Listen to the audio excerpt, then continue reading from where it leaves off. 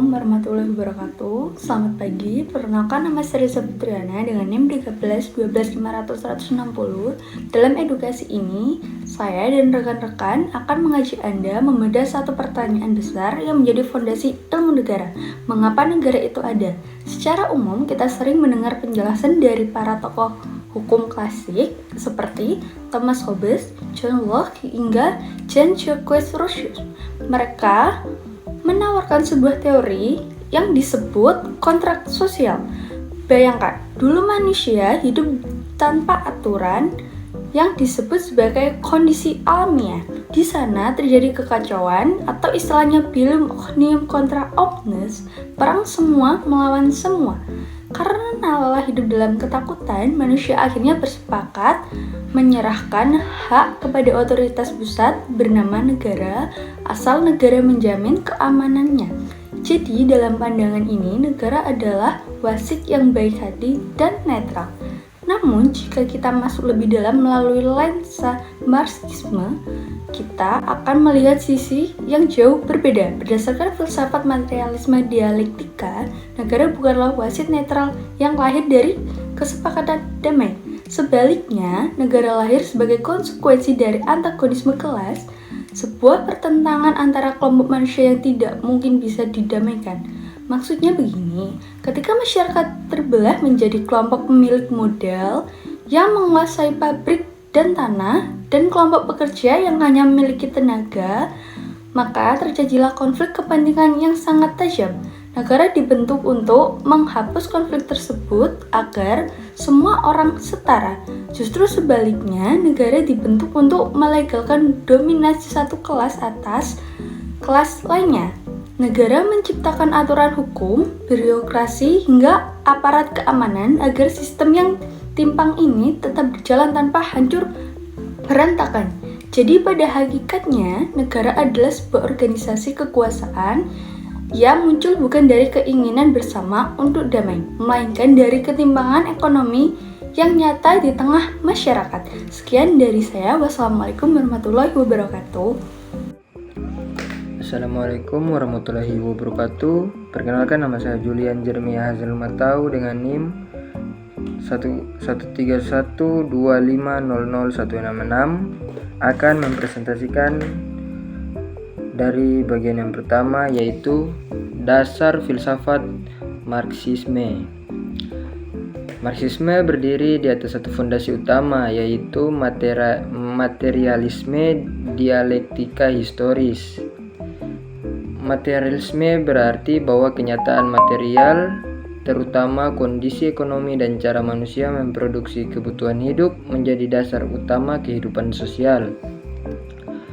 Bukan ide atau pikiran yang menentukan realitas, melainkan realitas sosiallah yang membentuk kesadaran manusia.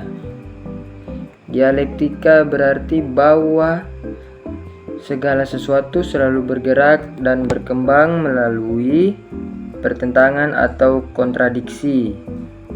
Tidak ada masyarakat yang statis. Setiap sistem mengandung benih konflik di dalam dirinya. Historis berarti bahwa perkembangan masyarakat terjadi melalui tahapan-tahapan sejarah, mulai dari masyarakat primitif, perbudakan, feodalisme, kapitalisme, sosialisme, hingga komunisme. Karl Marx menyimpulkan hal ini secara tegas. Sejarah seluruh masyarakat hingga kini adalah sejarah perjuangan keras. Artinya, perubahan besar dalam sejarah selalu didorong oleh pertentangan antara kelas yang menindas dan kelas yang tidak tertindas. Sekian, terima kasih. Assalamualaikum warahmatullahi wabarakatuh. Perkenalkan, nama saya Adi Lukman Wijaya dengan NIM 13 Di sini saya akan menjelaskan bagian negara dalam pandangan Marxisme. Beberapa dengan pandangan liberal yang melihat negara sebagai penengah dan penjaga ketertiban. Marxisme memandang negara sebagai alat kekuasaan kelas dominan. Menurut Marx, Engels, dan Lenin, negara lahir karena adanya konflik kelas yang tidak dapat didamaikan. Negara bukanlah lembaga netral, melainkan mesin penindasan. Dalam masyarakat kapitalis, negara berfungsi melindungi kepentingan pemilik modal melalui hukum, melalui aparat keamanan, melalui tentara, dan melalui birokrasi. Marxisme menolak anggapan bahwa negara adalah perwujudan moral tertinggi. Seperti dalam filsafat Hegel, justru sebaliknya. Negara adalah hasil keterasingan manusia dalam politik. Namun, Marxisme tidak serta-merta menghapus negara secara instan. Diperlukan fase transisi yang disebut kediktatoran proletariat, yaitu kekuasaan politik oleh kelas buruh untuk yang pertama menghancurkan struktur negara borjuis, yang kedua menghapus kepemilikan pribadi atas alat produksi, yang ketiga melenyapkan perbedaan kelas. Ketika kelas-kelas sosial lenyap, negara akan kehilangan fungsinya dan perlahan melenyap dengan sendirinya. Sekian dari saya, terima kasih. Assalamualaikum warahmatullahi wabarakatuh. Perkenalkan, nama saya Farel Joel Hehahia dengan NIM 1312500156156. Di sini saya mau membaca bagian yang ketiga, yaitu tentang audit dan Jalan Rakyat Indonesia. DN Aidit, tokoh penting PKI, dalam menempuh jalan rakyat menegaskan Marxisme tidak bisa diterapkan secara dogmatis karena setiap negara harus menyesuaikan strategi perjuangannya dengan kondisi sosial sendiri. Bagi Aidit, Indonesia adalah negara setengah feodal, setengah kolonial, dengan mayoritas rakyat adalah petani dan buruh. Karena itu revolusi Indonesia berbasis rakyat, bukan elit, dan tidak bergantung pada kekuatan asing. Aidit juga menekankan pentingnya persatuan buruh dan tani, perjuangan massa yang terorganisir, partai sebagai alat politik rakyat, dan jalan parlemen maupun non-parlemen yang disesuaikan dengan situasi. Marxisme menurut Aidit bukan sekedar membebaskan rakyat dari kemiskinan, ketimpangan, dan imperialisme. Mungkin itu saja pembahasan saya. Mohon maaf jika ada salah kata. Mohon maaf. Wassalamualaikum warahmatullahi wabarakatuh. Halo, perkenalkan nama saya Rarsendra Batsen dengan NIM 161. Kritik terhadap praktik negara sosialis. Marxisme juga tidak menutup mata terhadap kegagalan praktik negara-negara yang mengaku sosialis.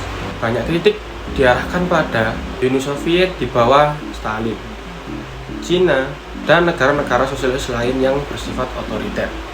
Para pemikir Marxis seperti Trotsky menilai bahwa Stalinisme bukanlah perwujudan sejati Marxisme, melainkan penyimpangan birokratis yang justru mempertahankan mesin negara penindas. Ini menunjukkan bahwa Marxisme bersifat kritis, termasuk terhadap praktik yang mengatasnamakan dirinya sendiri. Sekian. Perkenalkan, nama saya Claresta Sakarisa dengan NIM 13125001559. Dari dua sumber yang telah kita bahas, dapat disimpulkan bahwa Marxisme bukan sekedar ideologi politik, melainkan sebuah kerangka analisis ilmiah untuk memahami bagaimana masyarakat bergerak dan berubah. Marxisme membantu kita melihat realitas sosial secara lebih mendalam, terutama dalam memahami hubungan antara ekonomi, kekuasaan, dan struktur sosial yang membentuk kehidupan manusia. Marxisme juga merupakan kritik tajam terhadap ketimpangan, baik ketimpangan ekonomi, politik, maupun sosial yang lahir dari sistem produksi dan relasi kekuasaan yang tidak adil. Ia menunjukkan bahwa kemiskinan, penindasan, dan ketidaksetaraan bukanlah sesuatu yang alamiah, melainkan hasil dari sistem yang dibangun manusia dan karena itu dapat diubah oleh manusia pula. Selain itu, Marxisme hadir sebagai panduan praksis perjuangan rakyat melalui pemikiran D.N. Aidit. Kita melihat bagaimana Marxisme diterjemahkan ke dalam konteks Indonesia, sebuah masyarakat dengan sejarah kolonialisme, feodalisme, dan dominasi elit, sehingga perjuangan harus berpijak pada kekuatan rakyat, terutama buruh dan tani. Sementara itu, kajian filsafat Marxisme memberi kita landasan teoritis yang kuat tentang sejarah, kontradiksi, dan konsep negara sebagai alat kekuasaan kelas. Dari sini kita belajar bahwa memahami Marxisme tidak berarti harus menyetujuinya, tetapi menempatkannya secara rasional, ilmiah, dan kritis, bukan melalui stigma, ketakutan, atau mitos yang diwariskan. Seperti yang dikatakan oleh Karl Marx, yaitu para filsuf hanya menafsirkan dunia dengan berbagai cara, yang terpenting adalah mengubahnya. Kutipan ini menegaskan bahwa pemikiran pada akhirnya selalu berkaitan dengan tindakan dan tanggung jawab manusia terhadap realitas sosialnya.